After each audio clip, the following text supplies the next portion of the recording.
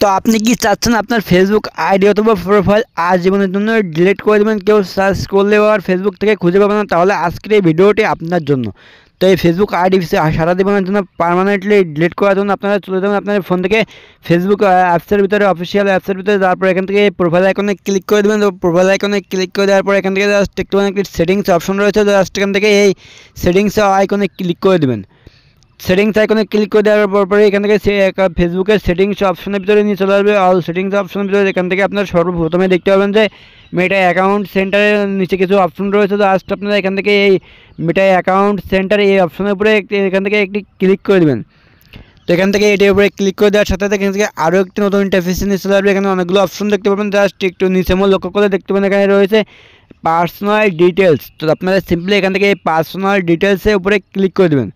Personal ডিটেলসের উপরে click করে দেওয়ার পরে এখান থেকে অনেকগুলো অপশন দেখতে পাবেন। এখান থেকে জাস্ট লাস্টে দেখতে পাবেন এখানে রয়েছে অ্যাকাউন্ট অনারশিপ অ্যান্ড কন্ট্রোল। তো এখান থেকে জাস্ট এই অ্যাকাউন্ট অনারশিপ অ্যান্ড কন্ট্রোল এই অপশনে ক্লিক করে দেবেন। দেওয়ার সাথে এখান থেকে দুটো অপশন দেখতে পাবেন। এখান থেকে রয়েছে ডিঅ্যাক্টিভেশন আর ডিলিটেশন। তো এখান থেকে জাস্ট আপনারা লাস্টে আমরা এই অপশনে ক্লিক করে দেবেন, ডিঅ্যাক্টিভেশন আর ডিলিটেশন এই অপশনে ক্লিক করে দেওয়ার সাথে সাথে এখান থেকে আপনাদের ফেসবুক আইডি অথবা প্রোফাইল শো করবে। এখান থেকে আপনারা সেই ফেসবুক আইডি অথবা প্রোফাইলের উপরে ক্লিক করে দেবেন। তো ক্লিক করে দেওয়ার সাথে সাথে এখান থেকে দেখতে পাবেন যে আরও একটি নতুন ইন্টারফেসে নিয়ে চলে আসবে। এখান থেকে জাস্ট দুটি অপশন দেখতে পাবেন। এখানে প্রথমে রয়েছে ডিঅ্যাক্টিভ প্রোফাইল এবং ডিলেট প্রোফাইল। তো এখান থেকে আপনাদেরকে জাস্ট আমরা আপনাদের ফেসবুক অ্যাকাউন্ট অথবা আইডিকে প্রোফাইলকে ডিলিট করবো, সেই জন্য আমাদের এখান থেকে জাস্ট ডিলিট প্রোফাইল এবং ডিলিট অ্যাকাউন্ট এর নিচে যে অপশন রয়েছে এখান থেকে ফাঁকা করে টিকমার্ক চিহ্ন উঠিয়ে দিয়ে এখান থেকে এই কন্টিনিউ অপশনে ক্লিক করতে হবে। তো আপনারা এখান থেকে আমি এই কন্টিনিউ অপশনে ক্লিক করেছি। কন্টিনিউ অপশনে ক্লিক করে দেওয়ার সাথে সাথে কিন্তু আবার একটি নতুন ইন্টারফেস চলে যাবে। এখান থেকে জাস্ট আপনাদেরকে আবারও এই নিচে দেখতে পাচ্ছেন কন্টিনিউ অপশন রয়েছে। তো এখান থেকে জাস্ট আপনাদের এই কন্টিনিউ অপশনে ক্লিক করে দেবেন। তো কন্টিনিউ অপশনে ক্লিক করে দেওয়ার পরে এখান থেকে আপনার সামনে অনেকগুলো অপশন শো করবে। এখান থেকে জাস্ট আপনার এখানে একদম স্ক্রল করে নিচেও চলে আসবেন। তো নিচেও চলে আসার পরে এখান থেকে জাস্ট আমি মার্ক করে দেখে দিচ্ছি। এখানে দেখতে পাচ্ছেন যে অনেকগুলো অপশনের পাশে রয়েছে এখানে কন্টিনিউ অপশন রয়েছে। জাস্ট আপনারা এখান থেকে জাস্ট আবারও এই কন্টিনিউ অপশনে ক্লিক করে দেবেন।